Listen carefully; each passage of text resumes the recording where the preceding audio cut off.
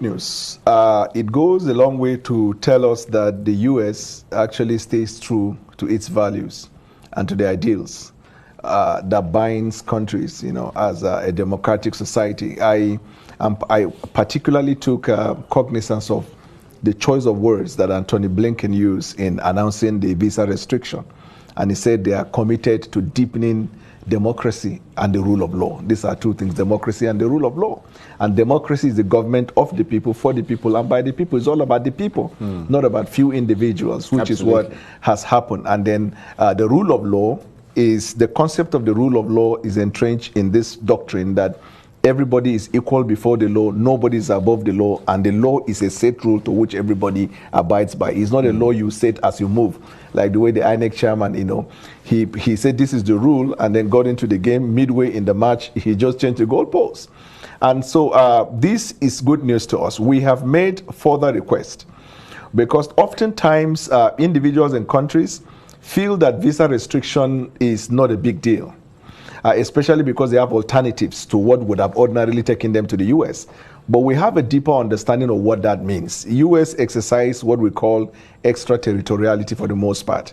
So it is not just being denied the access to the United States of America. Sometimes it sort of enhanced security in other countries to which they are partners. Well, that would be more effective, wouldn't it? That's exactly what they do. So, for example, if ordinarily, as a private citizen or a government official, you travel to the UK and you have a seamless security checks while you go in, with visa restriction on you to enter the United States, unknown to you, there are enhanced security checks that you find in our countries to which the American people have a partnership. But it also opens the person up and exposes that person to deeper background check in terms of the assets you have outside of the shores of the country, your communications and who you're communicating with, who are your medical service providers, where do you go and whatever you do. So it is like the case of somebody who has been, placed under a watch list. That's what it means.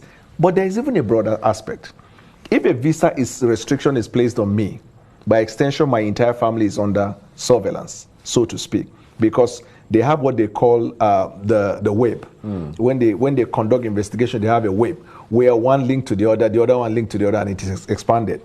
It will surprise you, and then with time we will get to know individuals that are involved in it. Yes, I was going to say, this election was a Broadway show.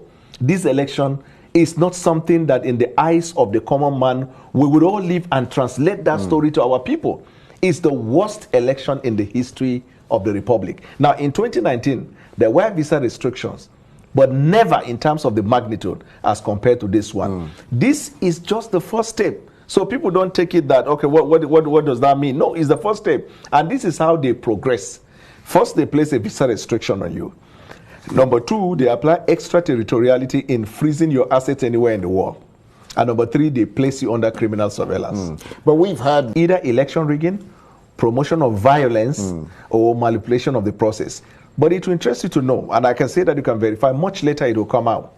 Majority of these individuals that come under this radar are government functionaries, people in positions of power that abuse the privileges and the position that they've had. It's not just ordinary individuals. So, for example, governors are involved, cabinet members are involved, directors of certain agencies of government are involved, private individuals that act out as their agent in perpetrating this fraud are involved. These are the remote cause, and then you can expand as you move, from that. But the PDP is involved, is it? I said it could involve anybody. Right. It could be involve anybody involved in election manipulation. I'm asking you if any person is involved. I cannot work with the U.S. Embassy.